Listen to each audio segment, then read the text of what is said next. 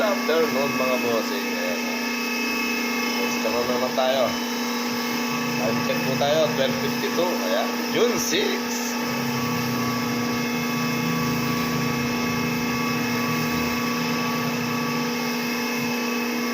Nag-rent po tayo ng Isuzu po siguro to. Hindi ko na po alam yung mga sinugal na pinag-rent ko kung anong makina siya. Ayan.